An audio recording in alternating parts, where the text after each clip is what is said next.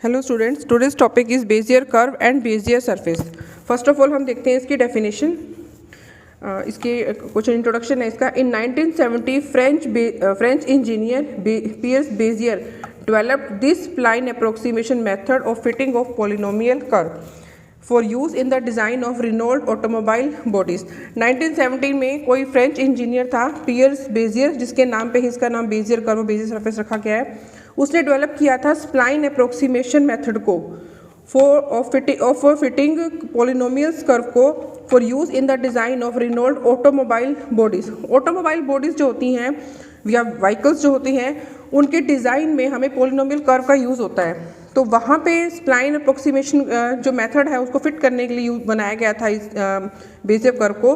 Bezier curves are useful and convenient in innovative geometric design of cars, plane, architectural shape etcetera.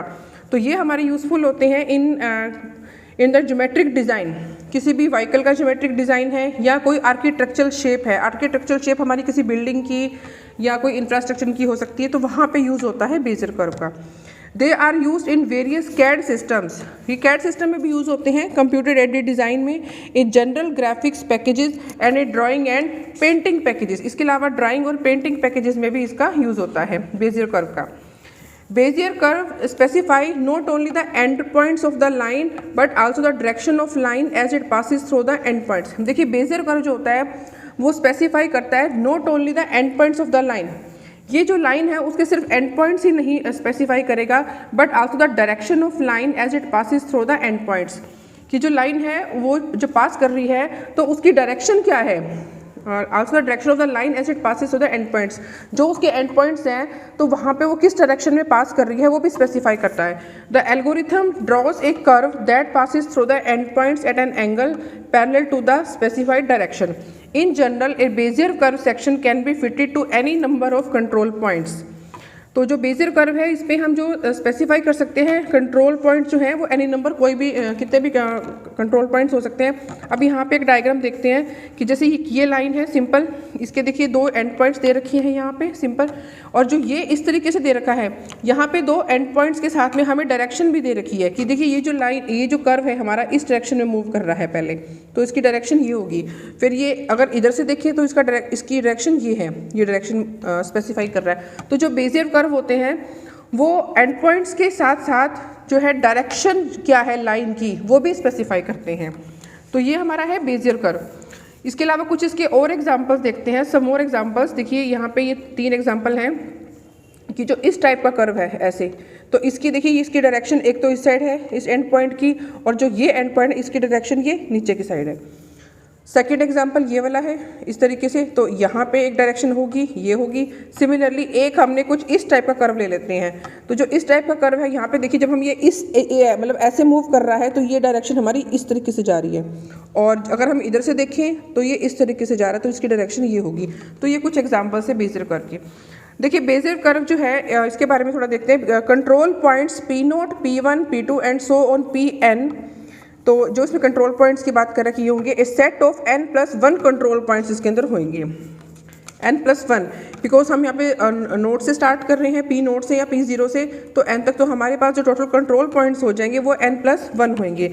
A parametric Bezier curve या बर्स्टिन Bezier curve भी बोल सकते हैं इसको, is weighted sum of n+1 control points that will fit to those control points.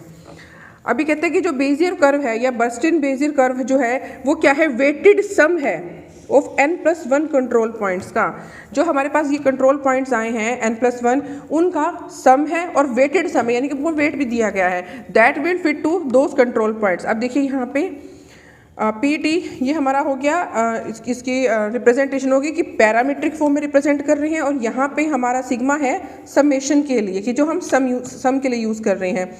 तो B हो गया बर्स्टिन के लिए, बर्स्टिन रिप्रेजेंट करेगा, और ये हमारे हो गए जो कंट्रोल पॉइंट्स हैं I0 से लेकर n तक। हमने यहाँ पे 0 से लेकर 1, 2 सो ऑन एंड n तक यूज़ किए हैं।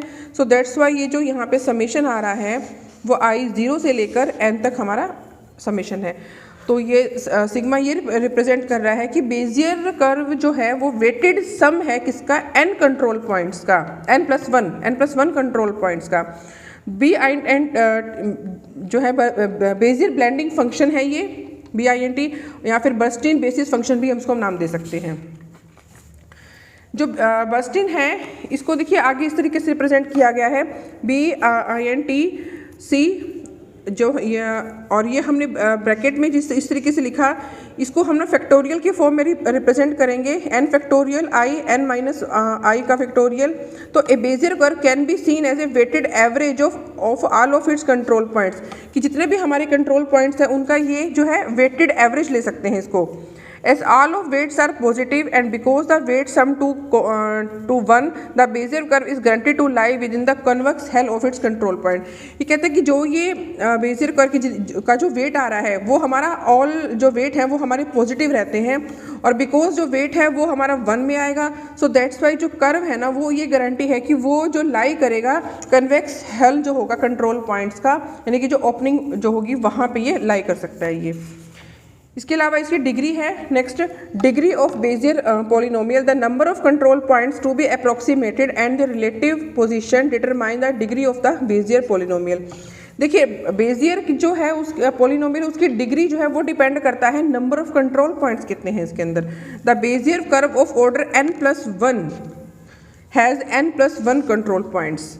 अगर जो बेजियर है अगर उसकी डिग्री n है तो उसके कंट्रोल पॉइंट्स जो है वो n+1 कंट्रोल पॉइंट्स हैं।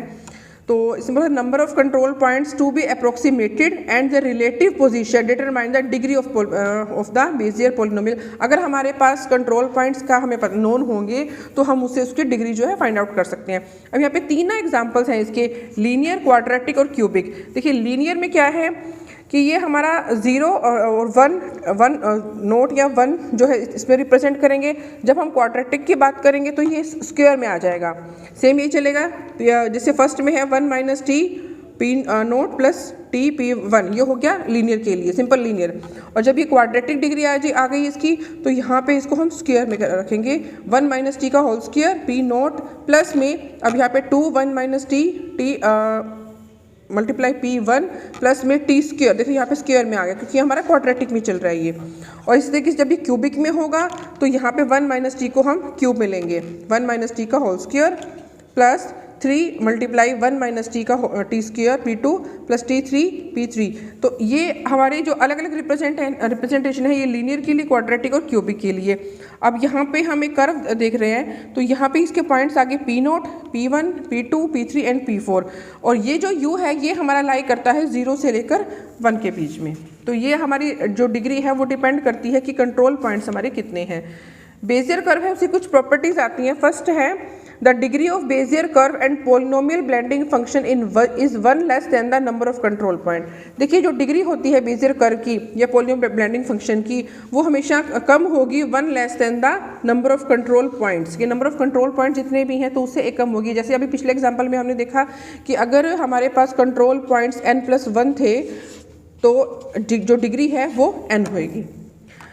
नेक्स्ट है Bezier curve always passes through first control point p note and last control point pn irrespective of intermediate point. देखिए जो बेजियर कर्व होता है ना वो पास करता है p नोट और pn, जो फर्स्ट और लास्ट पॉइंट है उनसे तो पास करेगा ही करेगा, इररिस्पेक्टिव ऑफ इंटरमीडिएट पॉइंट्स की। ज़रूरी नहीं कि जो बीच के जो पॉइंट्स हैं या इंटरमीडिएट पॉइंट्स हैं उनसे पास कर रहा है या नहीं कर रहा है, तो उससे इररिस्पेक्टिव होता है। बट ये उसकी गारंटी है कि वो फर्स्ट और जो लास्ट पॉइंट है उनसे जरूर पास करता है। इसकी एक प्रॉपर्टी है। थर्ड प्रॉपर्टी है इसकी Bezier blending function are always positive. देखिए अभी हमने पीछे भी इसको रीड किया था कि जो बेजियर ब्लेंडिंग फंक्शन है उनका जो समेशन है वो ऑलवेज पॉजिटिव आता है and their sum is always equal to 1 आएगा, या ये 1 है यानी कि पॉजिटिव है। तो ये हमने पीछे भी देखा था ये इक्वेशन कि ये सिग्मा की फॉर्म में बर्स्टिन ये INT और ये हमारा 1 होगा। जो I है यानी कि जो कंट्रोल पॉइंट्स को बता रहा है वो हमारे है 0 से लेकर n तक, ये I 0 से लेकर n तक कंट्रोल पॉइंट्स हैं। तो ये कह रहा है कि इसका जो सम है वो ऑलवेज जो है 1 होगा या पॉजिटिव होएगा। और नेक्स्ट है कि Bezier curve always lie with in the convex हल ऑफ द कंट्रोल पॉइंट्स की। जो बेजियर कर्व है वो कंट्रोल पॉइंट्स के जो कन्वेक्स हल है हमेशा उनके अंदर लाई करता है। बेजियर कर्व के हमारे पास ना यहाँ पे 3 अलग अलग केसेस जो हैं, स्पेशल केसेस। फर्स्ट देखिए लीनियर बेसिस स्प्लाइन, अभी जो हमने पीछे पढ़ी थी कि उसकी डिग्री के अकॉर्डिंग 3 अलग अलग केस है, लीनियर, क्वाड्रेटिक और क्यूबिक, तो उसके अकॉर्डिंग ही यहाँ पे 3 स्पेशल केसेस आते हैं। देखिए फर्स्ट है लीनियर बेसिस स्प्लाइन।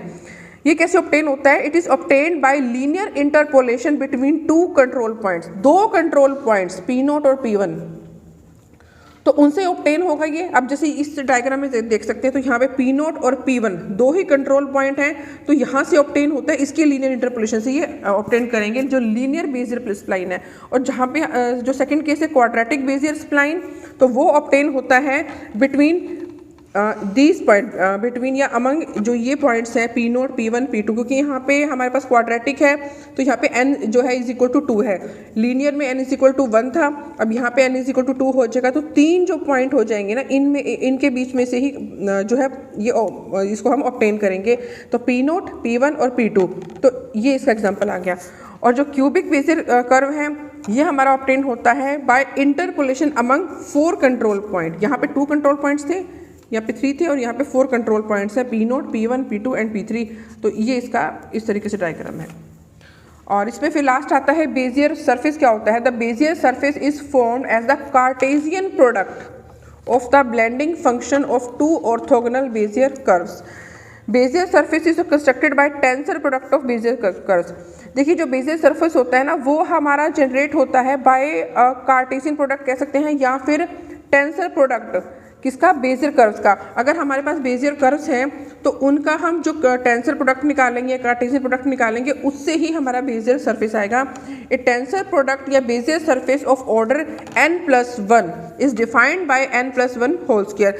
कि हमारे पास सपोज एक है n+1 ऑर्डर का कर्व और दूसरा है n+1 ऑर्डर का, तो उनका जो कार्टेशियन प्रोडक्ट आएगा n+1 मल्टीप्लाई n+1, तो that will be is equal to n+1 का होल स्क्वायर। तो ये जो है यहाँ से बेजियर सरफेस होगा। इसको हम एक नाम और भी देते हैं, बेजियर पैच भी बोल देते हैं। अभी ना हम यहाँ पे एक इक्वेशन देख लेते हैं कि सपोज हमारे पास ना 2 कर्व है, u और v की बात कर रहा है, तो जो ये फर्स्ट वाला है बेजियर, तो देखिए इसका समेशन है i 0 से लेकर n, जो कंट्रोल पॉइंट्स रिप्रेजेंट कर रहा है ni। जो दूसरा वाला है उसका समेशन हो गया, इसके लिए हमने z वेरिएबल ले लिया, j ले लिया, j 0 से लेकर n j तक रिप्रेजेंट करेंगे। अब यहाँ पे आ गया p, अब जो p है ये दोनों को रिप्रेजेंट कर रहा है। देखो i फर्स्ट कर्व के लिए, j सेकंड के लिए हो गया। अब इसको हम फैक्टोरियल के फॉर्म में लिखेंगे, n i फैक्टोरियल, इस तरीके से i फैक्टोरियल n-1 का i का होल स्क्वायर, और इनटू में ui। अब u हमारा ये जो फर्स्ट कर्व है उसके लिए यूज़ कर रहे हैं और इसके लिए वेरिएबल हम i यूज़ कर रहे हैं। और जो सेकंड है n, अब यहाँ पे जो यूज़ कर रहे हैं वो j वेरिएबल यूज़ कर रहे हैं। फर्स्ट के लिए i, दूसरे के लिए j यूज़ कर रहे हैं, तो n j factorial divide by j factorial n j minus j का होल स्क्वायर फैक्टोरियल। अब यहाँ पे हमने u कर्व के लिए जो फर्स्ट कर्व था उसके लिए u लिया था, सेकंड कर्व उसके लिए हमने v ले लिया, तो यहाँ पे v raise to power j और अगेन इंटू 1 माइनस में v का होल स्क्वायर n j-1। तो ये हमारी जो इक्वेशन है ना, तो ये देखिए जो फर्स्ट वाला है ये आ रहा है फर्स्ट कर्व के लिए और ये है सेकेंड कर्व के लिए, तो इनका कार्टेशियन प्रोडक्ट आ गया। और यहाँ पे जो u और v है इसकी वैल्यू हमेशा लाई करती है 0 और 1 के बीच में। अब यहाँ पे कहते हैं कि Pij, ये जो है Pij ये क्या है? Pij is ijth control point. ये कोई कंट्रोल पॉइंट है जिसकी कोऑर्डिनेट्स है ij। There are ni+1 and nj+1 control points in i and j direction respectively. अब ये तो हम बात करी इसने कि कंट्रोल पॉइंट, कोई पर्टिकुलर कंट्रोल पॉइंट की बात कर रही है। अब यहाँ पे कह रहे हैं कि टोटल जो कंट्रोल पॉइंट्स कितने होंगे, तो फर्स्ट और सेकंड कर्व के लिए, तो फर्स्ट के लिए इसने बोला कि ni+1 कंट्रोल पॉइंट्स हैं और जो सेकंड है उसके लिए nj+1। जैसे हमने n पीछे इक्वेशन में हमने n लिया था कि n+1 कंट्रोल पॉइंट्स होते हैं, तो वही चीज़ है सिंपल यहाँ पे कि n+1 है, बट हम फर्स्ट कर्व को रिप्रेजेंट करने के लिए हम यहाँ पे i ले लेंगे और जो सेकंड कर्व है उसको रिप्रेजेंट करने के लिए हमने j ले लिया।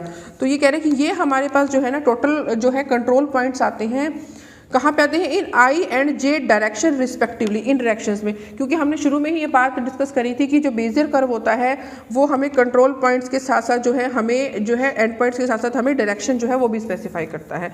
तो ये हमारा बेजियर कर्व और बेजियर सरफेस जो टॉपिक है यहाँ पे कंप्लीट होता है। Thank you so much.